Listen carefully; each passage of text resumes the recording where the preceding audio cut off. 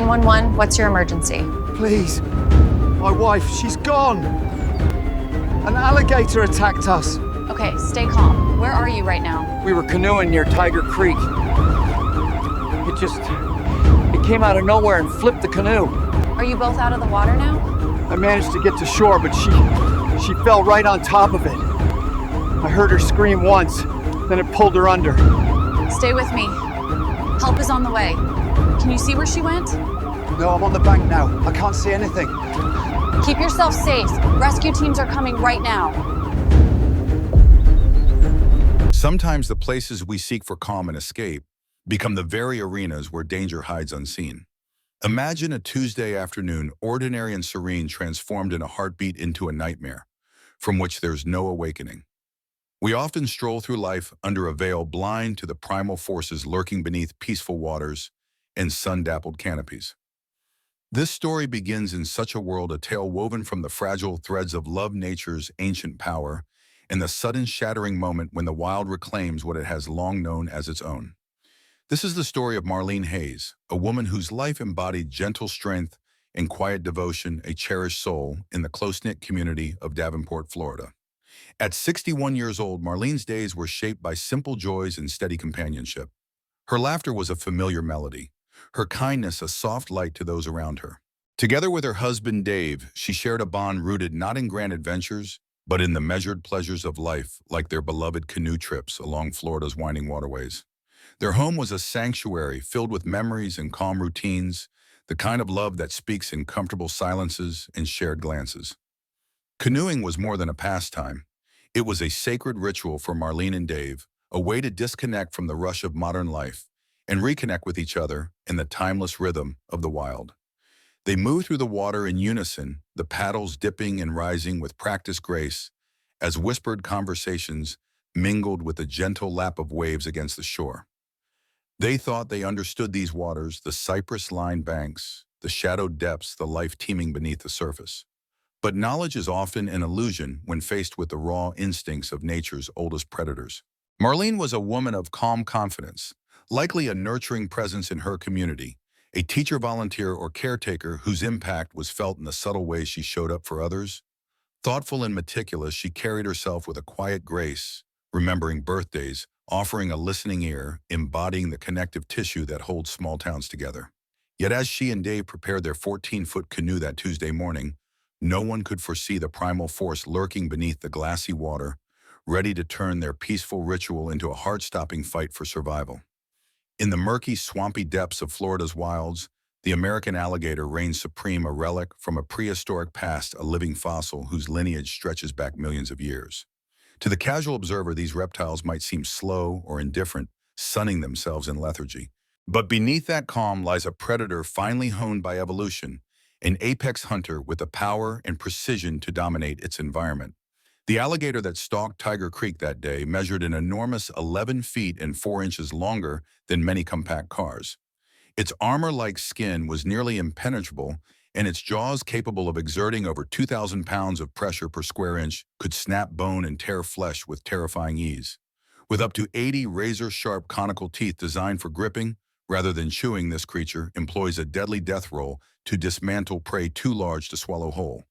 These alligators are territorial masters of freshwater lakes, sluggish rivers, and dense swamps across the southeastern United States, their behavior driven by ancient instincts preserved through eons. Often submerged and nearly invisible, they patiently await the slightest disturbance.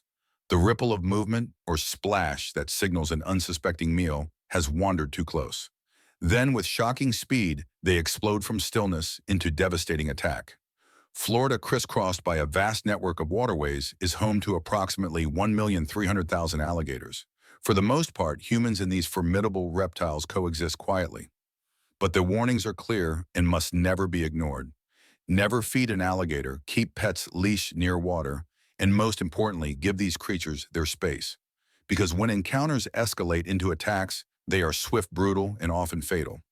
And for Marlene and Dave, fate would bring them face to face with an alligator in the throes of its most volatile season, springtime mating months, when males become fiercely territorial, aggressive, and dangerously unpredictable.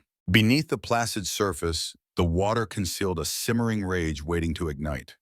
Tragedies like this rarely strike without warning. Often there are subtle signs, a gradual erosion of boundaries where human presence infringes on wild territory, and ignored caution whispered by nature itself. Though no one could have foreseen the exact horrors that would unfold for Marlene and Dave, the conditions were perfectly aligned for a violent rupture between human calm and ancient instinct. The stage was quietly set for disaster. This wasn't an angry attack by the alligator, it was raw, instinctive behavior pushed to the edge by its surroundings. Lake CM and nearby waterways like Tiger Creek are not calm tame spots. They are wild, natural habitats where alligators rule. Locals and even experienced visitors know this well. You're always a visitor in their world, never the owner. For years, Dave and Marlene had likely paddled these waters without trouble. They'd spotted alligators before maybe just a pair of eyes peeking above the water or a ripple among the reeds. They were cautious, but maybe too comfortable. Sometimes knowing about danger makes people less careful. The days leading up to May 6th were crucial. It was alligator mating season, the time when male alligators get most aggressive and protective. During mating season, these huge ancient creatures patrol their territory constantly. Their instincts are heightened, and they don't tolerate any intruders. What might be just a small splash during cooler months turns into a direct threat in springtime. Maybe there were signs that something was off, a particularly large alligator, seen more often, or locals noticing more aggressive behavior. We can't know for sure, but official reports said the attack happened in shallow water, about 2.5 feet deep. That detail matters. Alligators are strong and fast in shallow water. They like to bask, hunt, and mark their territory there. The canoe, 14 feet long, was a big silent invader moving through their space. Passing over a large alligator in its territory during this sensitive time is like stepping on a sleeping lion's tail. The alligator wasn't hunting food, it was defending its home. When it burst out of the water thrashing, it was reacting to a threat, not hunger. Its explosion from the depths was a defensive act gone terribly wrong. Then came the moment the canoe tipped over, throwing 2 people into the water, turning a warning into a desperate struggle for survival. That Tuesday, May 6th, the sun was high in the Florida sky. The air hung heavy with the smell of cypress trees and wet earth. Marlene and Dave launched their canoe, a familiar routine. The water of Tiger Creek flowed calmly into Lake CM, reflecting the endless blue above. They paddled smoothly together, the water rippling gently, and for a moment, the world felt peaceful. They were in about 2.5 feet of water near the creek's mouth, the bottom soft and muddy with reeds at the edges. Maybe they talked about dinner plans or simply enjoyed the quiet. Then, without any warning, the calm shattered. The canoe lurched violently as a massive scaly body exploded from beneath. They had unknowingly passed over a giant alligator. Startled, it slammed against the canoe, thrashing with terrifying power. Dave yelled, "What was that?" Then the canoe tipped hard, the world spinning as water rushed in. Both were thrown into the murky, dangerous water. Marlene's landing was the worst kind of nightmare. She fell right on top of the furious alligator. The reptile's jaws snapped shut on her torso in an instant. The pain was unimaginable, the terror absolute. Dave surfaced quickly, searching wildly for her. He saw her struggling, trapped in the jaws of the beast. His mind screamed.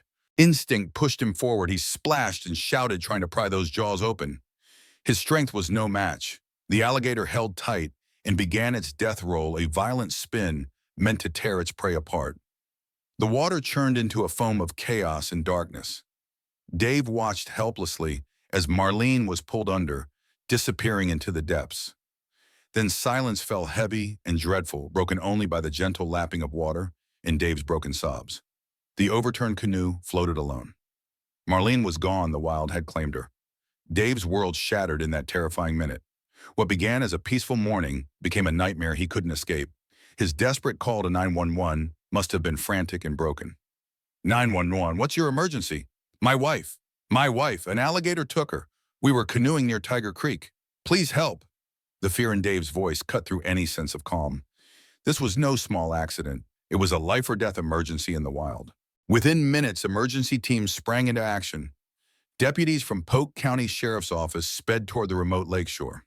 The Florida Fish and Wildlife Conservation Commission experts in managing encounters between people and wildlife were alerted immediately. This was their territory, their difficult responsibility. At the scene, the chaos was mixed with eerie quiet. Deputies found the overturned canoe a stark reminder of what had happened. Dave stood soaked and trembling eyes wide with shock and grief, doing his best to tell the story of the horror he had lived through. The details of the alligator, the massive size and fierce power, were quickly shared, painting a chilling picture of the beast involved. The search began immediately. Helicopters sliced through the heavy, humid air, their bright spotlights cutting through the shadows of cypress trees. On the water below, sheriff's boats and Florida Fish and Wildlife Conservation Commission vessels swept across the murky depths. Sonar devices beeped steadily as crews strained to spot any sign beneath the surface. Every moment counted, each second stretched unbearably long. Then from above, the grim confirmation arrived. A helicopter crew spotted a shape in the water. It was Marlene. Her body was later recovered, confirming the worst fears.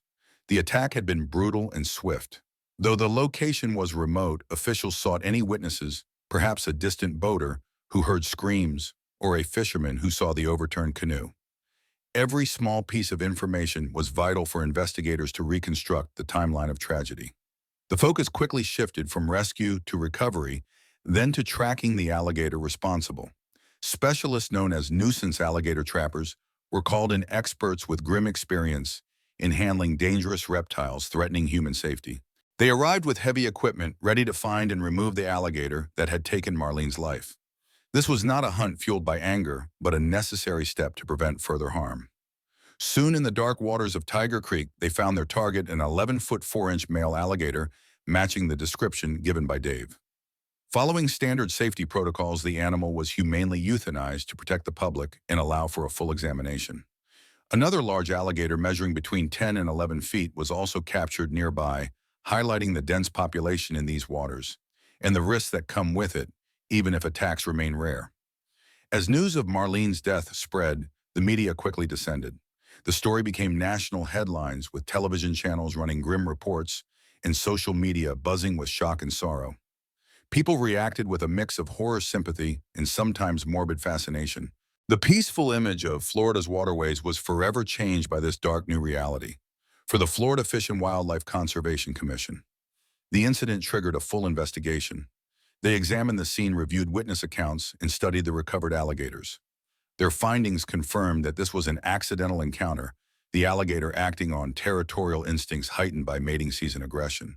Despite the tragedy, the FWC reminded the public that fatal alligator attacks are extremely rare in Florida, a state where millions of people live and interact peacefully with these ancient predators. No legal charges were expected, as this was not negligence by any person, but a wild animal behaving naturally in its habitat.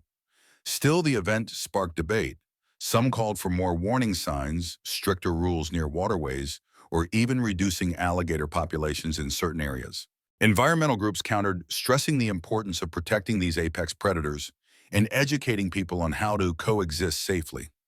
Marlene's family, devastated by their loss, asked for privacy, seeking to grieve away from the public spotlight. Dave, the sole witness and the man who fought fiercely to save his wife, would carry the trauma for the rest of his life. The image of Marlene caught in the alligator's death roll became a haunting nightmare he could never escape. Though the media attention eventually faded, for the people of Davenport and all who loved Marlene, the echo of that terrifying day would linger endlessly. The simple joy of Florida's waterways was forever shadowed by fear and respect for the hidden dangers beneath the surface, even in the calmest places. Marlene's story stands as a powerful reminder. Though we build homes and draw boundaries, believing we have tamed the wild nature's ancient forces remain. Florida's swamps and prehistoric inhabitants remind us that we are not always in control. Sometimes, without warning, raw, untamed power asserts itself, indifferent to our plans, our loves, our very lives. In that brutal collision, we face a chilling truth. Even in our modern world, the wild still holds ultimate power over life and death. The quiet waters of Tiger Creek now whisper a solemn warning that nature's beauty can mask its deadliest dangers. And sometimes the peace you seek is the last peace you will ever know.